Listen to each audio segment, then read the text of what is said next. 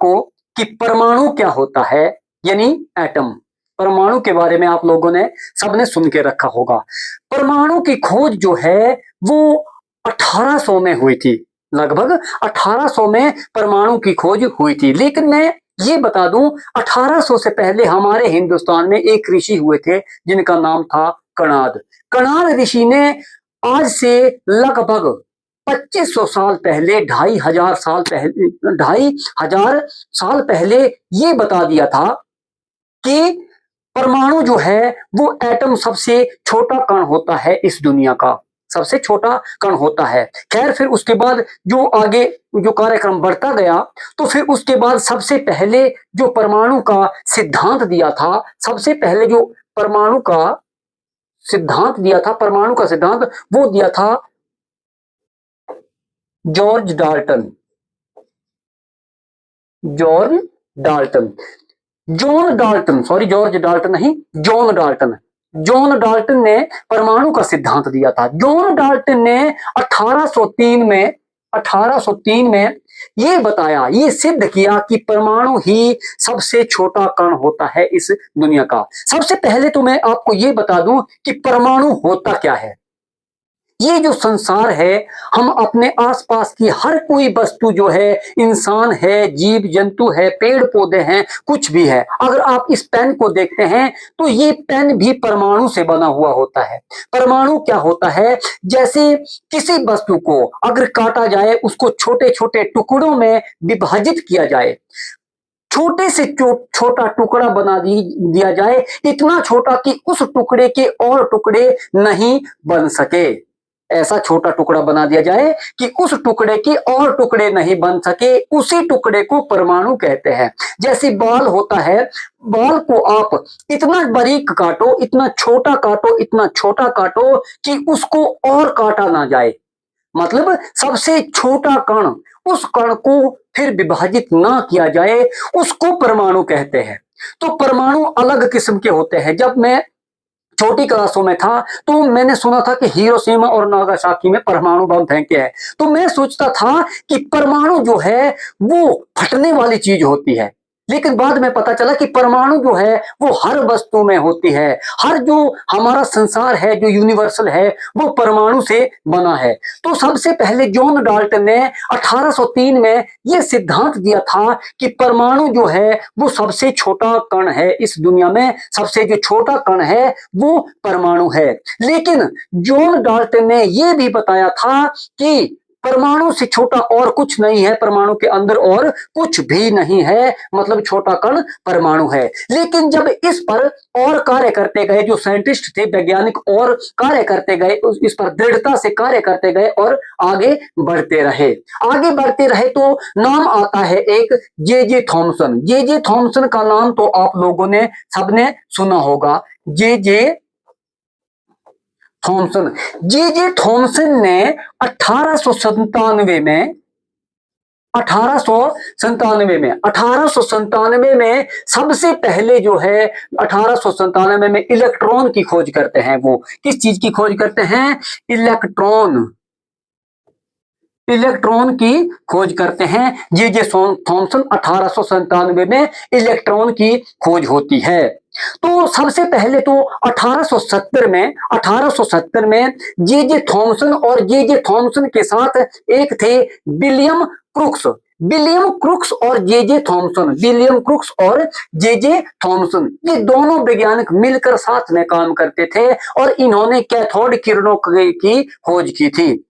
Cathode किरणों की इन्होंने खोज की थी। उसके बाद कैथोड किरणों की खोज करते हुए जे थॉमसन इतने डीपली अंदर चले गए, इतना अंदर तक उन्होंने खोज करते करते उनको इलेक्ट्रॉन की उन्होंने खोज कर डाली। लेकिन आपको मैं बता दूं कि परमाणु में सिर्फ इलेक्ट्रॉन ही नहीं होता, ये होता है परमाणु का स्ट्रक्चर। अगर ये परमाणु का स्ट्रक्चर होता है तो इसके जो बीच में होता है, वो होता है प्रोटॉन। क्या होता है?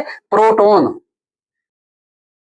प्रोटॉन बीच में प्रोटॉन होता है, और प्रोटॉन के साथ जुड़ा होता है न्यूट्रॉन। प्रोटॉन के साथ ही जुड़ा होता है न्यूट्रॉन। प्रोटॉन के साथ जुड़ा होता है न्यूट्रॉन, और ये दोनों शांत होते हैं। लेकिन इनके चारों तरफ जो होते हैं वो जैसे तरबूज तो आप सब लोगों ने देखा होगा, तरबूज में जो बीज होते हैं चारों तरफ बिखरे हुए बीज होते हैं, उस तरह से ये बिखरे होते हैं जिन्हें बोलते हैं इलेक्ट्रॉन। इलेक्ट्रॉन इलेक्ट्रॉन ये चारों तरफ बिखरे होते हैं। जो बीच में होता है प्रोटॉन होता है, और साथ में प्रोटॉन के साथ जुड़ा होता है न्यूट्रॉन, और आसपास उसके इलेक्ट्रॉन होते हैं। इलेक्ट्रॉन इसके आसपास होते हैं। जो इलेक्ट्रॉन होता है वो ऋण आवेश होता है। क्या होता है? उस पे माइनस चार्ज होता है। जो प्रोटॉन होता है वो प्लस चार्ज होता है, वो उस पे प्लस चार्ज होता है। और जो न्यूट्रॉन होता है वो जीरो चार्ज होता है। वो क्या होता है? जीरो चार्ज, यानी वो उदासीन होता है, जिसे बोलते हैं उदासीन। वो उदासीन होता है। ये तो परमाणु स्ट्रक्चर मैंने आपको बता दिया। अब मैं आगे और बताता हूं आपको। तो जो जे थॉमसन थे, जे थॉमसन ने 1897 में इलेक्ट्रॉन की खोज कर डाली। इलेक्ट्रॉन की उन्होंने खोज कर डाली। उसके बाद जो प्रोटॉन है, प्रोटॉन की खोज 1920 में हुई थी। प्रोटॉन की खोज जो है वो 1920 में की थी। वो की थी रदरफोर्ड ने।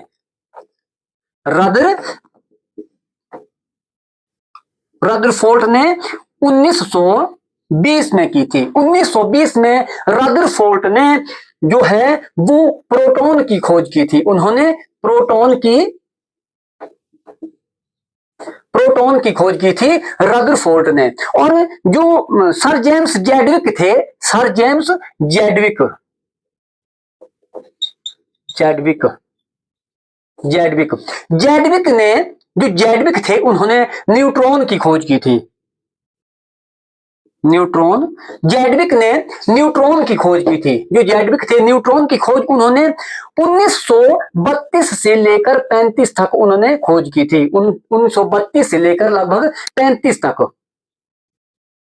तक उन्होंने 3 सालों में न्यूट्रॉन की खोज की है। तो किसने की है? जैडविक ने न्यूट्रॉन की खोज की है। रदरफोर्ड ने 1920 में प्रोटॉन की खोज की है। जे थॉमसन ने इलेक्ट्रॉन की खोज की है 1897 में। तो इन्होंने ये पाया कि परमाणु के अंदर भी कुछ और होता है। परमाणु मतलब छोटा कण नहीं होता है। सबसे छोटा कण जो है वो इलेक्ट्रॉन, न्यूट्रॉन और प्रोटॉन होता है, जो कि इस तरह से होता है। परमाणु के स्ट्रक्चर के अंदर भी एक चीज होती है जिन्हें इलेक्ट्रॉन, प्रोटॉन और न्यूट्रॉन का नाम दिया गया। रदरफोर्ड ने इस पर आगे और कार्य किया, और कार्य करते करते उन्होंने फिर आगे ये पता लगाया कि जो आगे एक सोने की पन्नी से कैथोड की किरणों को गुजारा उन्होंने, और सोने की पन्नी को एक ट्यूब में सोने की पन्नी को उन्होंने रख दिया। इस तरह से उन्होंने ट्यूब में सोने की पन्नी को अंदर रख देते हैं। सोने की पन्नी जैसे ही यहां लगा देते हैं तो कैथोड की किरणों को यहां से गुजारते हैं। तो उन्होंने देखा कि सोने की उस पन्नी से कुछ किरणें जो है वो यहां से बिखर रही है। यहां से कुछ किरणें बिखर रही है, और कुछ किरणें जो है वो कुछ किरणें आगे सीधे निकल जा रही है। ज्यादातर किरणें जो है वो आगे निकल रही है, और कुछ किरणें जो है वो यहां से रिफ्लेक्ट होके तिरछी दिशा में, अपोजिट दिशा में जा रही है। लेकिन कुछ किरणें, लगभग 20,000 में से 1% जो किरणें थी वो सीधी वापस आ रही थी। तो रदरफोर्ड ने इससे ये साबित किया कि जो परमाणु है, परमाणु के बीच में जो परमाणु का हिस्सा होता है, ज्यादातर हिस्सा जो होता है वो खोखला होता है, और जो बीच होता है, न्यूक्लियस होता है, जो उसका सेंटर होता है वो कठोर होता है। मतलब वहां पे प्रोटॉन और न्यूट्रॉन होते हैं, वहां से किरणें टकराकर या तो तिरछी चली जा रही थी या वापस चली आ रही थी। तो इन्होंने ये सिद्ध किया कि यहां बीच में प्रोटॉन और न्यूट्रॉन की वजह से ये हो रहा है। तो उन्होंने ये साबित कर दिया, और जे थॉमसन ने भी इस पर काफी योगदान दिया है। सबसे पहले जे थॉमसन ने ही पहले ये बताया था कि परमाणु के अंदर और भी छोटा कण होता है जिसे इलेक्ट्रॉन कहते हैं, लेकिन उन्होंने केवल इलेक्ट्रॉन की ही खोज की थी। फिर रदरफोर्ड उस पर काम करते हैं। 1920 में रदरफोर्ड ने प्रोटॉन की खोज की, और उसके बाद जैडविक ने न्यूट्रॉन की खोज की। 1932 से लेकर 1935 तक। तो ये था जो हमारे परमाणु यानी एटम था, उसके बारे में मैंने आपको कुछ जानकारी दी है दोस्तों।